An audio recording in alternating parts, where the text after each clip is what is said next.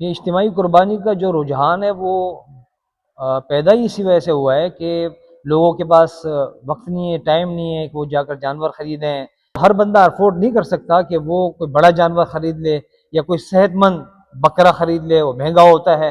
تو پھر یہ لوگ حصوں کی طرف آ رہے ہیں اور انتظام کرنے والے انتظام کرتے ہیں اور ان کا فریضہ سر انجام ہو جاتا ہے، وہ اپنا ان کا عبادت کا فریضہ ہو جاتا ہے۔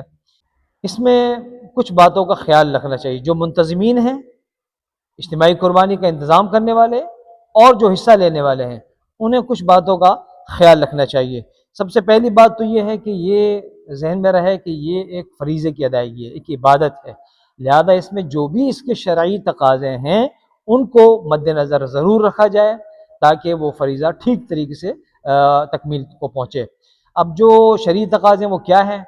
تو آپ دارالافتاء سے رابطہ کر سکتے ہیں مختلف مسالک کے، یا مختلف مسالک کے جو دارالافتاء ہیں ان کی ویب سائٹس ہیں، ان کے پیجز بنے ہوئے ہیں، وہاں وہ ساری چیزیں، ساری تفصیلات آپ کو دستیاب ہیں۔ تو منتظمین بھی اور حصے دار بھی اس کا ضرور جو ہے اس کی معلومات ضرور لیں اور پھر اس کے بعد اپنے اس کام کو سر انجام دیں۔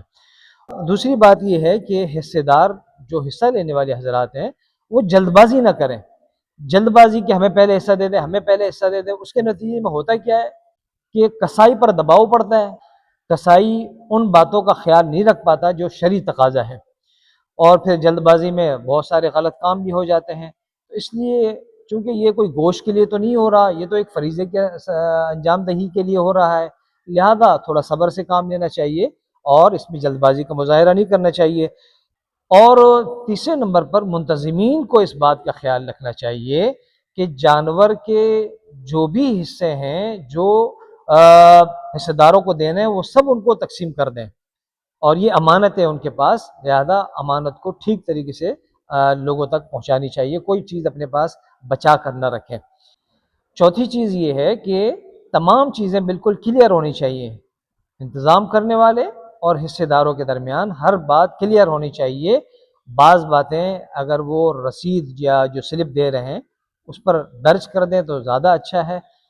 چیزیں، معاملات بالکل کلیئر ہونی چاہیے تاکہ بعد میں کسی خرابی کا باعث نہ بنے۔